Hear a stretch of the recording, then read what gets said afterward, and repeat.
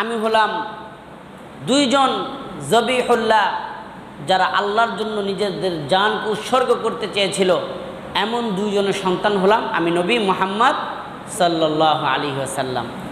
একজন হলেন আমাদের জাতির পিতা হযরত ইব্রাহিম আলাইহিস সালামের কলিজার টুকরা সন্তান হযরত ইসমাঈল আলাইহিস সালাম, যাকে হযরত ইব্রাহিম আলাইহিস সালাম আল্লাহর সন্তুষ্টির জন্য উৎসর্গ করার জন্য মিনার প্রান্তরে নিয়ে গিয়েছিলেন।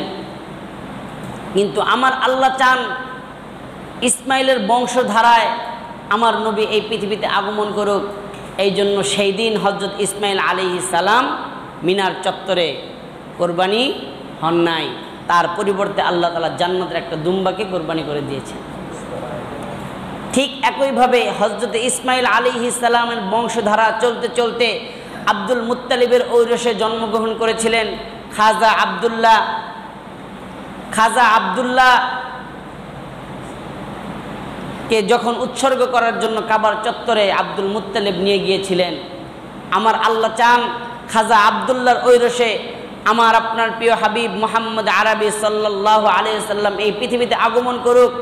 এই জন্য সেই দিন কাবার চত্বরে খাজা আব্দুল্লাহকে উৎসর্গ করা হয় নাই, বরং মক্কার সকল নেতা, সকল উচ্চপদস্থ লোকেরা এসে সেই দিন আব্দুল্লাহর কোরবানিকে তারা রুখে দিয়েছিল। তা আমরা এসেছিলাম যে আব্দুল্লাহকে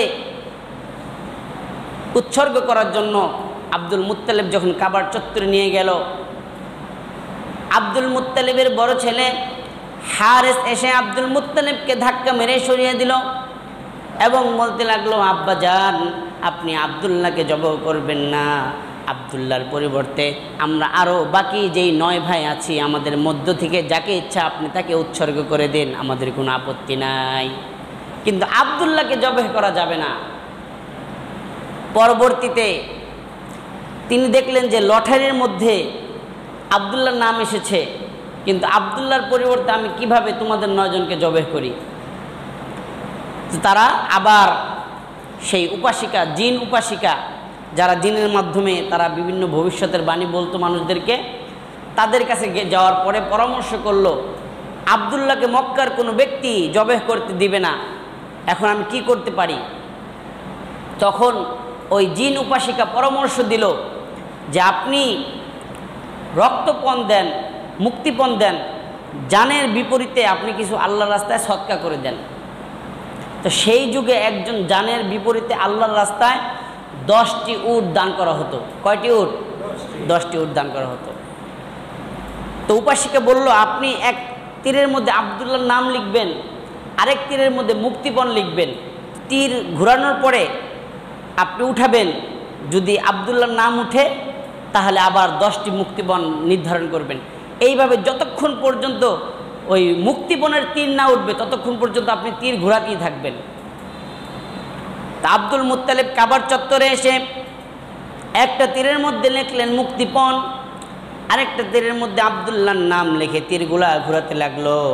একবার উঠালো, দেখে আব্দুল্লাহর নাম, তিনি 10টি উট আল্লাহর রাস্তায় দান করলেন। আবার যখন ঘুরিয়ে উঠালেন, দেখে আব্দুল্লাহর নাম, আবার তিনি 10টি উট দান করলেন। এইভাবে 10 বার আব্দুল্লাহর নাম উঠল। আব্দুল মুত্তালিব আল্লাহর রাস্তায় 100টি উট দান করে দিলেন। 11 বারের সময় উঠল মুক্তিপণ, তিনি আবার 10টি উট দান করলেন। মোট 110টি উট আব্দুল্লাহর জানের বিনিময়ে তিনি আল্লাহর রাস্তায় সদকা করে দিলেন।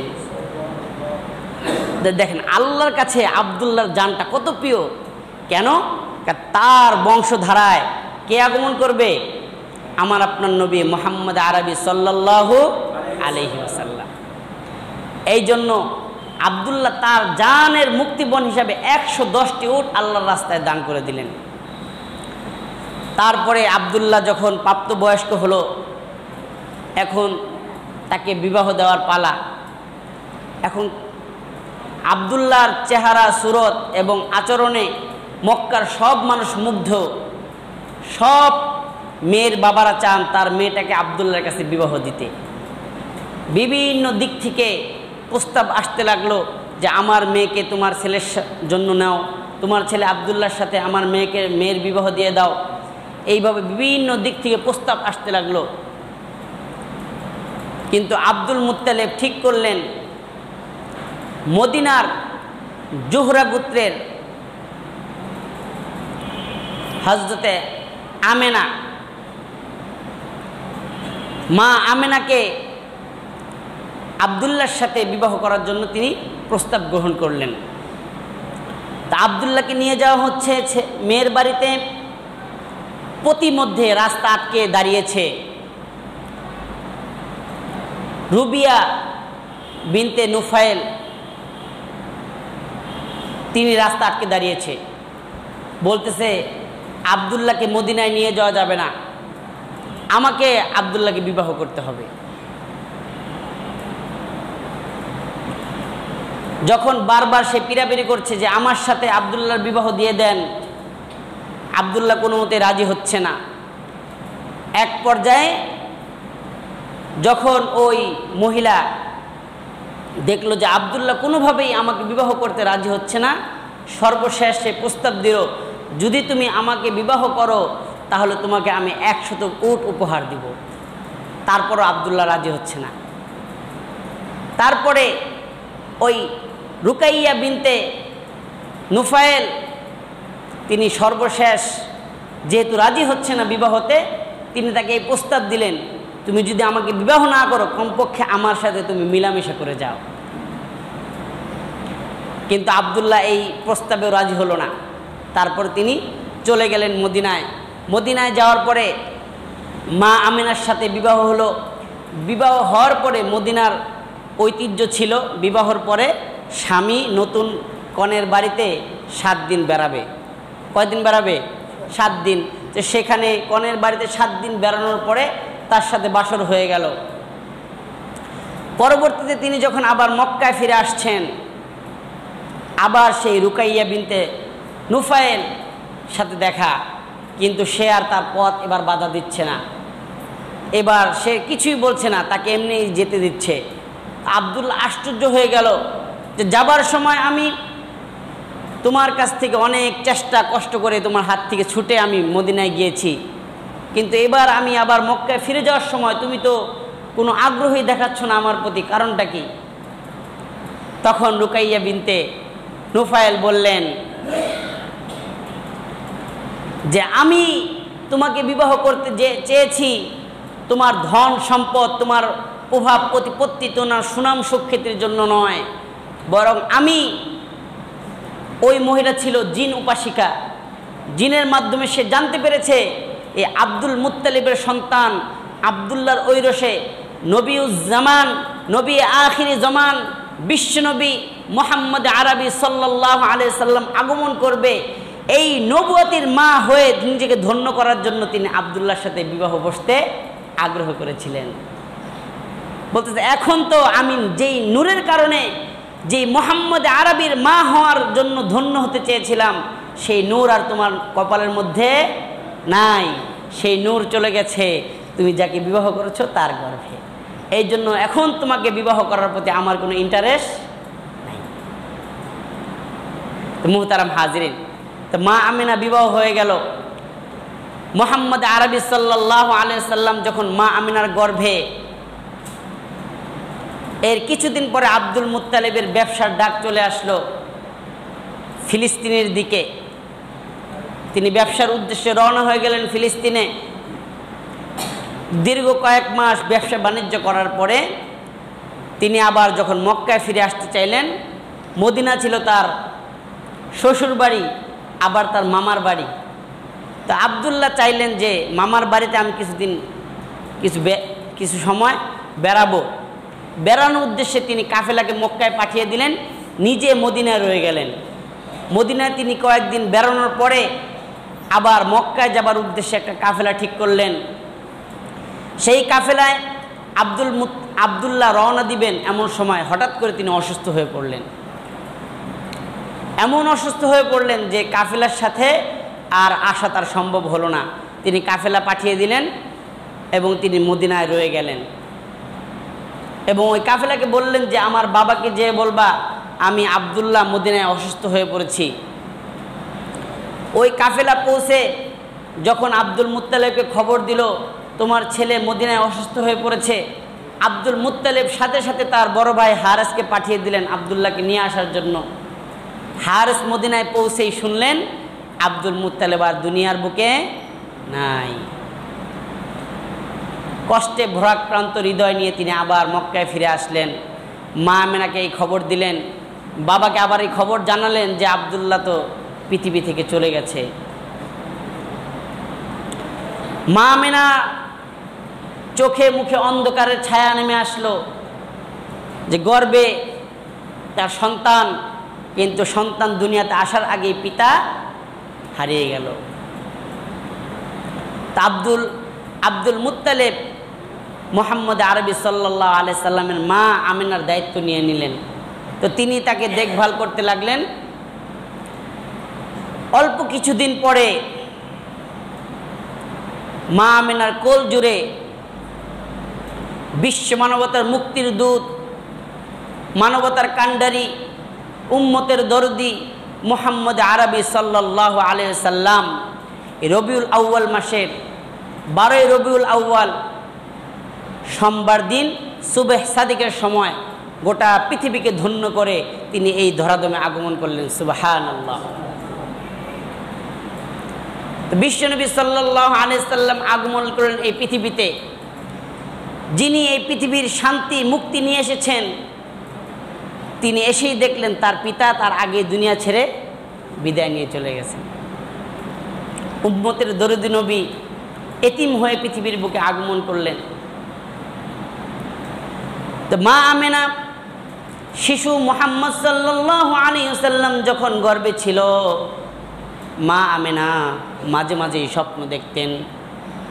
স্বপ্নের মধ্যে কে যেন বলছে, ওগো মা আমেনা, তোমার গর্ভের মধ্যে যেই সন্তান আছে এটা কোনো সাধারণ সন্তান না, তিনি এই পৃথিবীর সব মানুষের নেতা হতে যাচ্ছে। সুবহানাল্লাহ।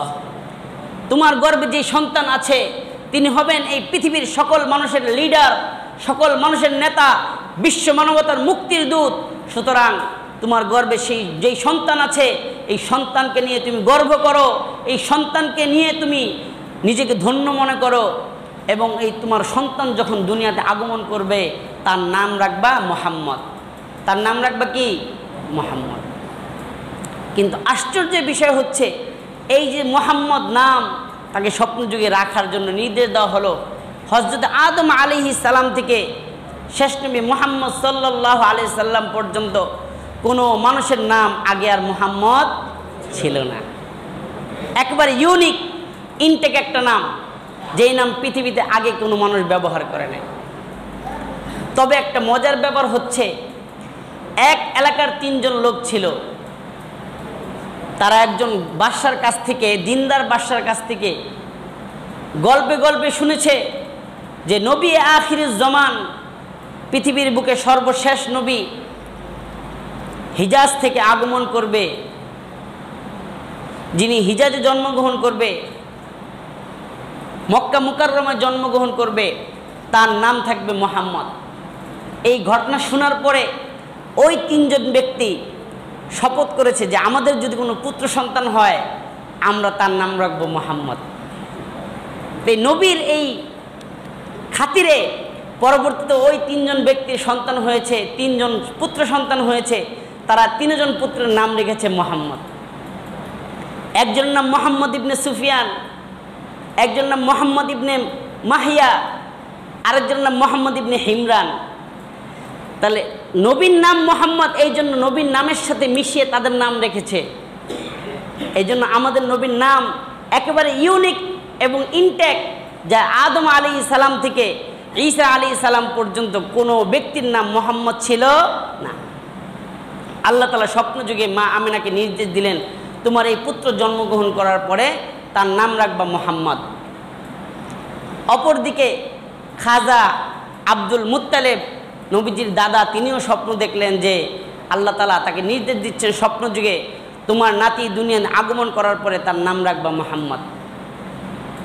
আর আল্লাহ তাআলা কোরআনে কারিমের মধ্যে বলেন যে ঈসা আলাইহিস সালাম বলতেছেন, আমার পরে যেই নবী আসবে মিন বাদ ইসমুহু আহমদ, তার নাম থাকবে আহমদ। যখন বিশ্বনবী দুনিয়ার বুকে আগমন করলেন। মা আমিনার সাথে সাথে আব্দুল মুত্তালিবের কাছে খবর পাঠিয়ে দিলেন, আপনার ছেলে আব্দুল্লাহর পুত্র দুনিয়াতে আগমন করেছে। আব্দুল মুত্তালিব খুশিতে দৌড়ে এসে নাতিকে কোলে নিয়ে কাবার চত্বরে দুহাত তুলে আল্লাহর কাছে দোয়া করলেন এবং সেই দিনই তার নাম রেখে দিলেন মুহাম্মদ। আর মা আমিনা মুহাম্মদ সাল্লাল্লাহু আলাইহি সাল্লাম নাম রাখলেন আহমদ। সুবহানাল্লাহ। তো কোরআনে আমার নবীর নাম এসেছে কি? আহমদ। ঈসা আলাইহিস সালাম বলেন, আমার পরে যে নবী আসবে মিন বাদ ইসমুহু আহমদ, তার নাম থাকবে আহমদ। আর স্বপ্ন যুগে আদিষ্ট হয়েছেন আব্দুল মুত্তালিব, তার নাম রাখতে হবে মুহাম্মদ। এই জন্য কোরআনের উপর আমল হয়ে গেছে, স্বপ্নের উপর আমল হয়ে গেছে। দাদা নাম রেখেছে মুহাম্মদ, মা নাম রেখেছে আহমদ। মুহতারাম হাজিরিন, বর্তমান যুগে একটা ফিতনা চলতেছে, কাদিয়ানি ফিতনা। তারা বলে আমি হলাম সেই ঈসা আলাইহিস সালামের সুসংবাদদাতা আহমদ। এই জন্য তারা বলে আমরা আহমদি মুসলিম জামাত। মানে তারা বলে কাদিয়ানি হলো আমাদের নবী, তার নাম হলো আহমদ, যেই আহমদের সুসংবাদ দিয়েছে হযরত ঈসা আলাইহিস সালাম। কিন্তু খবরদার, এই ধোকায় পড়া যাবে না। ঈসা আলাইহিস সালাম যেই আহমদের সুসংবাদ দিয়েছেন, সেই আহমদ কাদিয়ানির মতো কুলাঙ্গার আহমদ না। সেই আহমদ হলে আমাদের নবী মুহাম্মদ আহমদ, ঠিক কিনা? এই জন্য আমার নবীর অনেকগুলা সিফাতি নাম আছে। মোহাম্মদ, আহমদ, হামিদ, মাহমুদ, কাসেম, আকিব, ফাতে, খাতেম, হাশের, বাশির, নাজির, মাক্কি, মাদানী, উম্মি, কুরাইশি। এভাবে আমার নবীর অনেক সিফাতি নাম আছে। তা আমরা শুধু দু একটা নামের সাথে পরিচিত, আবুল কাসেম, মোহাম্মদ, আহমদ। কিন্তু বিশ্বনবী সাল্লাল্লাহু আলাইহি সাল্লামের ব্যাপারে হযরত ঈসা আলাইহিস সালাম সুসংবাদ দিয়েছেন, আমার পরে যেই নবী আসবে তার নাম থাকবে আহমদ। এই জন্য মা আমিনা তার ছেলের নাম রেখেছে কি? আহমদ। তাই আহমদ বলতে কি ভণ্ড কাদিয়ানি না আমাদের নবী? বিশ্বনবী স্পষ্ট করে বলে গেছেন, আনা খাতামুন নবিয়্যি লা নাবিয়্যা বাদি, আমি হলাম শেষ নবী, আমার পরে আর কোনো নবী পৃথিবীতে আসবে না।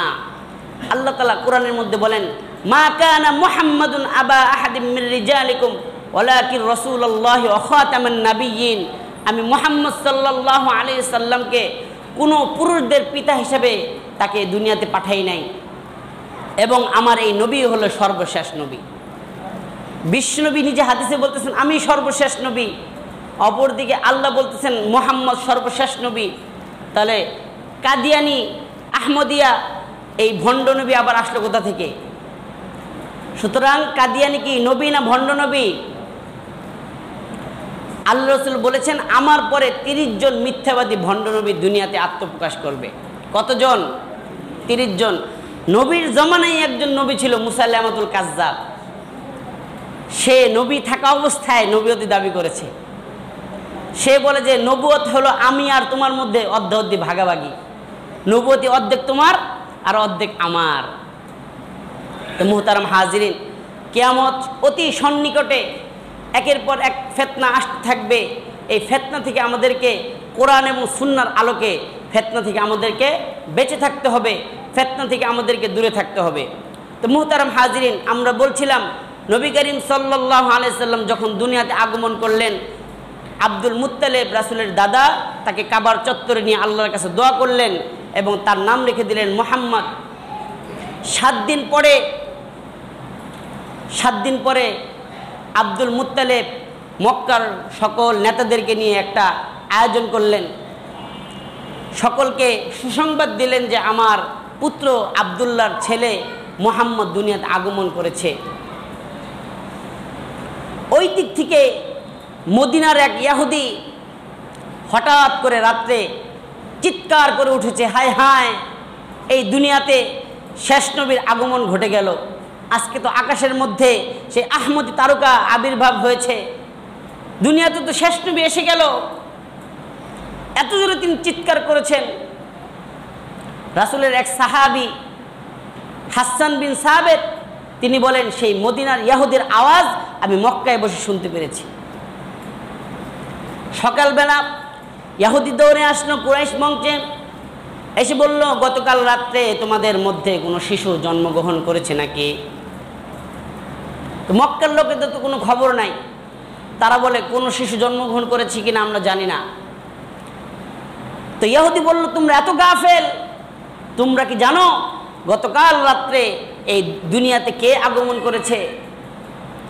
তিনি হলেন নবী আখির জামান, বিশ্ব নবী, মানবতার মুক্তির দূত, মানবতার কান্ডারি, উম্মতের কান্ডারি, মুহাম্মদ মুস্তফা আহমদ মুজতবা, সাকিয়ে কাউসার, শাফিয়ে মাহশার, মুহাম্মদ আরবি সাল্লাল্লাহু আলাইহি ওয়াসাল্লাম। তিনি আফসোস করতে থাকলেন এবং বলতে থাকলেন, আহা, ইহুদিদের বংশ থেকে নবুয়তের ধারা আর বংশ হয়ে শেষ হয়ে গেল, আর বুঝি ইহুদিদের মধ্যে কোনো নবী আসবে না। এই শেষ নবীর ভাগিদার হয়ে গেল এই মক্কার মুশরিক, মূর্তি পূজারী, অগ্নি পূজারী এই মুশরিকরা শেষ নবীর ভাগিদার হয়ে ধন্য হয়ে গেল। ইহুদির কাছে খবর ছিল, তিনি তাওরাত, ইনজিল, জাবুর কিতাব পড়ে পড়ে তিনি জানতে পেরেছিলেন শেষ নবী কোন এলাকায় কার ঐরসে জন্মগ্রহণ করবে। সেই হিসাবে তিনি দিন গুনতেছিলেন। তিনি দেখলেন একদিন আকাশের দিকে তাকিয়ে যে মুহাম্মদ আরবি সাল্লাল্লাহু আলাইহি সাল্লামের শুভ আগমনের যে তারকা সেটা উদিত হয়েছে।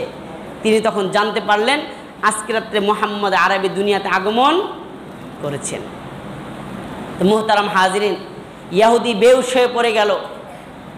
ইহুদির হুশ ফিরে আসার পরে ইহুদি মক্কার লোকদেরকে বললেন, তোমরা আজকে যে ছোট্ট শিশুকে দেখছো, একদিন এই শিশু তোমাদেরকে মক্কা নগরী থেকে বের করে দিবে। এক শিশু 10,000 সৈন্য নিয়ে একদিন মক্কা নগরী অ্যাটাক করবে এবং পুরা মক্কা নগরী তার দখলে নিয়ে নেবে।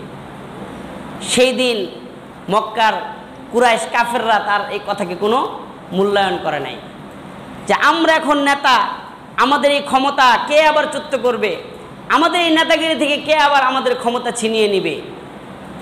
কিন্তু ইহুদি পণ্ডিত তাওরাত, ইনজিল কিতাব পড়ে পড়ে জানতে পেরেছিলেন ইনি হলেন শেষ নবী, ইনি বিশ্ব মানবতার মুক্তির দিশারি, ইনি মানুষদেরকে জাহান্নামের রাস্তা থেকে জান্নাতের পথ দেখাবে, জাহান্নামের দ্বার প্রান্ত থেকে মানুষদেরকে জান্নাতের মধ্যে ঢুকিয়ে দিবে। সুবহানাল্লাহ। তো মুহতারাম হাজরিন, বিশ্ব নবীর আগমন ছিল এই পৃথিবীবাসীর জন্য একটা সৌভাগ্য, বরকতময় আগমন। তৎকালীন যুগে আরবদের একটা ঐতিহ্য ছিল যে তারা নিজেদের বংশীয় সন্তানদেরকে গ্রাম অঞ্চলে পাঠিয়ে দিতেন দুধ পান করানোর জন্য, যাতে করে তারা গ্রামের মুক্ত আবহাওয়ায় বড় হয়ে ওঠে, শরীর স্বাস্থ্য ভালো হয় এবং তারা বিশুদ্ধ আরবি ভাষা শিখতে পারে। এই জন্য তারা তৎকালীন আরব যুগের সম্ভ্রান্ত পরিবারের লোকেরা তাদের সন্তানদেরকে আশেপাশের এলাকায় পাঠিয়ে দিত। তো সেই সুবাদে প্রতি বছর তায়েফে, মক্কা থেকে 70 মাইল অদূরে একটি বস্তি তায়েফের পাশে একটি সাদ গোত্র, সেখানকার মহিলারা এই মক্কা নগরীর কুরাইশ বংশের সন্তানদেরকে তারা দুধ পান করাতো। তো সেই সুবাদে তারা বছরে একবার এখানে আসতো। তো সেই দলবল নিয়ে মক্কার ছেলেদেরকে নেওয়ার জন্য হালিমাতুস সাদিয়া সহ একদল মহিলা মক্কায় যখন আসলো, প্রতিমধ্যে আসার সময় হালিমাতুস সাদিয়ার উটটা ছিল এত দুর্বল, তারা হাঁটতে পারতো না। কাফেলার সব লোকজন আগে আগে চলে যাচ্ছে, হালিমাতুস সাদিয়া উট দুর্বল থাকার কারণে পিছনে পিছনে রয়ে যাচ্ছে। সব লোকেরা তাকে ভৎসনা করছে, আরেকটু আগে চলো, আরেকটু তাড়াতাড়ি চলো, আমাদের সাথে কেন চলতে পারো না, পিছনে থেকে যাও কেন। বিভিন্ন কথা বলতে বলতে, গালাগালি করতে করতে তারা আসলো। তো দেখা গেল হালিমাতুস সাদিয়ার উটটা রোগা শোকা থাকার কারণে পিছনে পড়ে গেল। বাকি কাফেলার লোকজন আগে আগে মক্কায় পৌঁছে গেল। তারা এসে সব ভালো ভালো পরিবারের লোকজনকে, সন্তানদেরকে বেছে বেছে নিল। তার সন্তান নেওয়ার ক্ষেত্রে সবসময় চিন্তা করতো যে কার বাবা ধনী, তার সন্তানকে আমি দুধ পান করালে উপঢৌকন বেশি পাওয়া যাবে, টাকা বেশি পাওয়া যাবে। এই জন্য ভালো বড় পরিবারের লোকদেরকে, ছেলেদেরকে তারা বেছে বেছে নিয়ে নিত। তা হালিমাতুস সাদিয়ার উট ছিল দুর্বল, আস্তে আস্তে পিছনে পড়ে গেল। এসে দেখে সব পরিবারের ভালো ভালো সন্তানদেরকে অন্যান্য মহিলারা নিয়ে নিয়েছে, এখন আর কোনো সন্তান নাই। তো হালিমাতুস সাদিয়া ঘুরতে ঘুরতে দেখলো যে আব্দুল মুত্তালিবের নাতি আছে কিন্তু তার বাবা নাই। তো এই কথা শোনার সাথে সাথেই সব মহিলারা চলে গেছে যে এ তো এতিম, একে যদি আমি দুধ পান করাই তেমন একটা লাভবান হওয়া যাবে না, এই জন্য কেউ আর নেয় নাই। তা হালিমাতুস সাদিয়া তিনিও এই খবর শোনার পরে আবার বাড়িতে চলে আসছে, তাঁবুতে চলে আসছে। তাঁবুতে চিন্তা ফিকির করার পরে আগামীকাল সকালবেলা আবার সবাই রওনা দিবে। সবার কোলে সন্তান আছে, কিন্তু তার কোলে কোনো সন্তান নাই। তো স্বামীর সাথে পরামর্শ করলো যে এলাকার মধ্যে কোনো সন্তানও নাই, আর একটা সন্তান আছে তাও আবার এতিম। আমরা এত কষ্ট করে দূরে থেকে আসলাম, এখন আবার খালি হাতে ফিরে যাব, এটা তো ভালো দেখা যায় না। যাই হোক, টাকা পয়সা যাই পাই এই সন্তানটাকে নিয়ে যাই। পরামর্শ করে সকালবেলা আবার দৌড়ে গিয়ে বলছেন, ঠিক আছে মুহাম্মদকে আমার কোলে দেন, টাকা পয়সা যাই হোক খালি হাতে ফিরে যাব না, এই সন্তানটাকে নিয়ে যাই। গবরে পদ্ম ফুল, তিনি মনে করেছে এটাকে নিয়ে কিছু হবে না, কিন্তু আল্লাহ এর মধ্যে যে দুনিয়া আখিরাতের সকল কল্যাণ রেখে দিয়েছে এটা পৃথিবীর মানুষ জানে না। হালিমাতুস সাদিয়া বলে, আমি যখন মুহাম্মদ আরবিকে আমার কোলের মধ্যে নিলাম, আমার নিজের শরীরের মধ্যে একটা পরিবর্তন অনুভব করতে লাগলাম। সুবহানাল্লাহ। তিনি বলেন, আমি ছিলাম এত রোগাশোকা, আমার কোলে আগে একটা সন্তান ছিল, আমার ঔরসজান সন্তান, সে আমার বুক থেকে ঠিকমতো দুধ পান করতে পারতো না। আমার রোগ ছিল, আমার শরীর ছিল একেবারে শুকনা, সে ঠিকমতো দুধ পান করতে পারতো না, রাতভর ক্ষুধার যন্ত্রণায় কান্নাকাটি করত। কিন্তু আমি যখন মুহাম্মদকে আমার কোলে তুলে নিলাম, আমার শরীরের মধ্যে একটা অন্যরকম পরিবর্তন আমি অনুভব করলাম। সাথে সাথে আমি চেয়ে দেখলাম আমার দুটি স্তন দুধে ভরপুর হয়ে গেছে। সুবহানাল্লাহ। সাথে সাথে মুহাম্মদকে আমি আমার ডান স্তন খেতে দিলাম, সে সাথে সাথে খেয়ে ঘুমিয়ে পড়লো।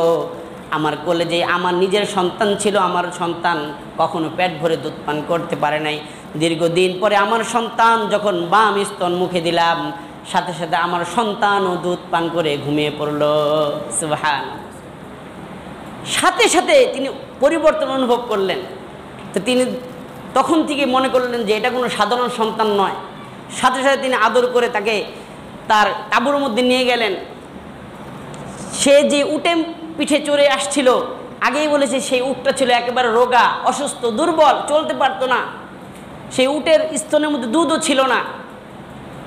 কিন্তু মুহাম্মদ আরবি কোলে তুলে নেওয়ার সাথে সাথে তার উটের দিকে তাকিয়ে দেখে উটটা মোটা তাজা হয়ে গেছে এবং দুধে তার ওলান ফুলে গেছে। সুবহানাল্লাহ। তখন উটের দুধ দহন করে তারা স্বামী স্ত্রী সকলেই পরিতৃপ্তভাবে পান করলো। পরের দিন সকালে কাফেলা রওনা হবে, তারাও সাথে সাথে রওনা হয়ে গেল।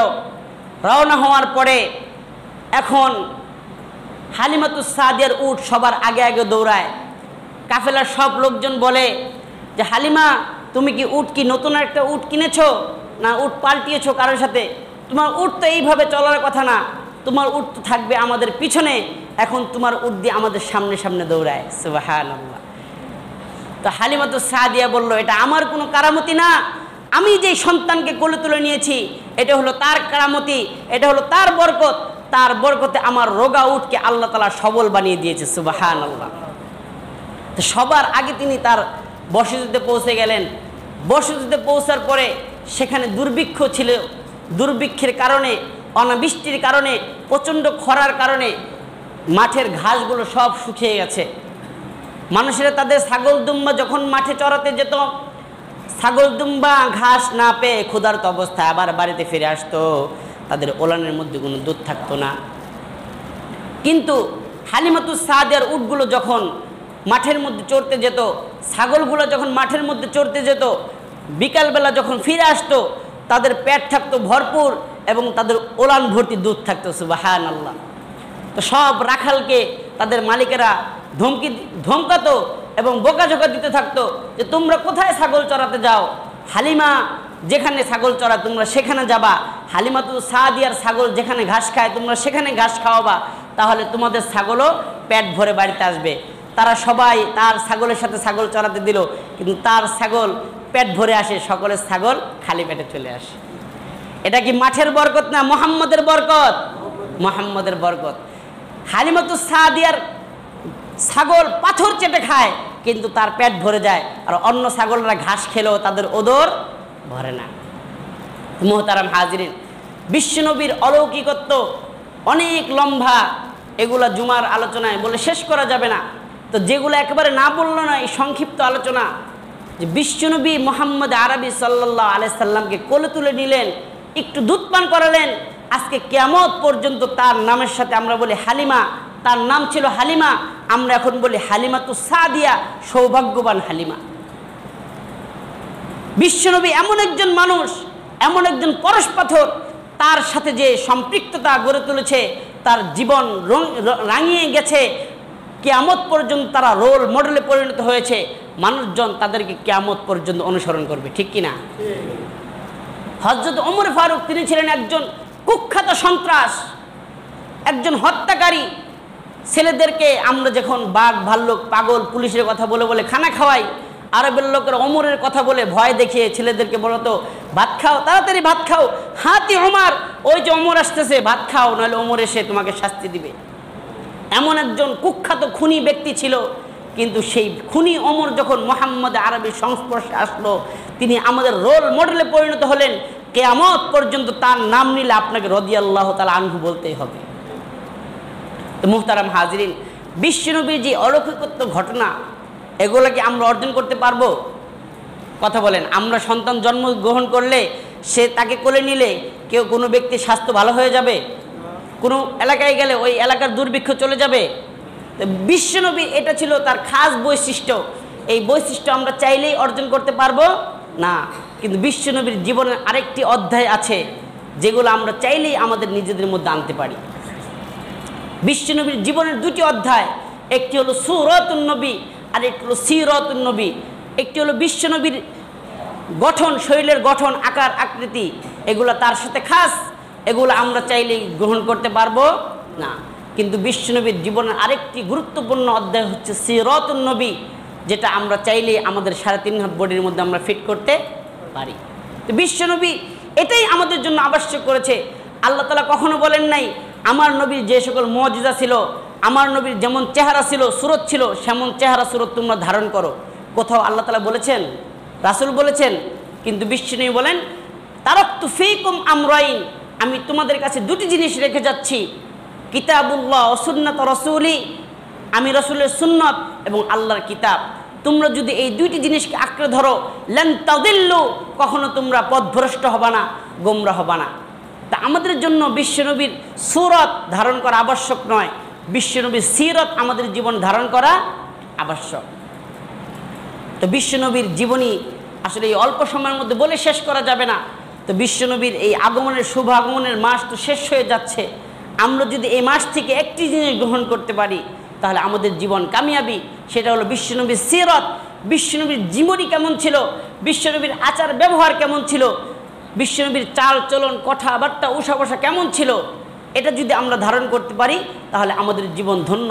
বিশ্বনবী বলেন আমি তোমাদের জন্য জান্নাতের গ্যারান্টি দিচ্ছি, ওই ব্যক্তির জন্য আমি জান্নাতের গ্যারান্টি দিচ্ছি, এবং ইন্নী জাইমু বাইতিন ফি আলাল জান্নাতি, আমি জান্নাতের সর্বোচ্চ স্থানে ওই ব্যক্তির জন্য একটি জান্নাতের প্রাসাদের গ্যারান্টি দিচ্ছি, যে ব্যক্তি লিমান হাসুনা খুলুকুহু, যে ব্যক্তি তার আচার ব্যবহার চরিত্রটাকে সুন্দর করে ফেলবে। সুবহানাল্লাহ। তা আমরা যদি আমাদের চরিত্রের মধ্যে, আমাদের উঠা বসা চালচলনের মধ্যে মুহাম্মদ আরবির এই আদর্শকে ধারণ করতে পারি, তাহলে এই আলোচনা সার্থক। বিশ্বনবী যেই বার্তা, যেই মেসেজ, যেই মিশন আর ভিশন নিয়ে আমাদের মাঝে আগমন করেছে, তার এই মিশন সাকসেস। মুহতারাম হাজরিন, বিশ্বনবীর এই চরিত্র আমরা কি নিজেদের মধ্যে ধারণ করতে পারি না ভাই? আল্লাহ তাআলা আমাদেরকে রাসূলের চরিত্রে চরিত্রবান হওয়ার তৌফিক দান করুন। সকলে বলুন আমিন। ওয়া আখির দাওয়ানা আনিল হামদুলিল্লাহি রাব্বিল আলামিন।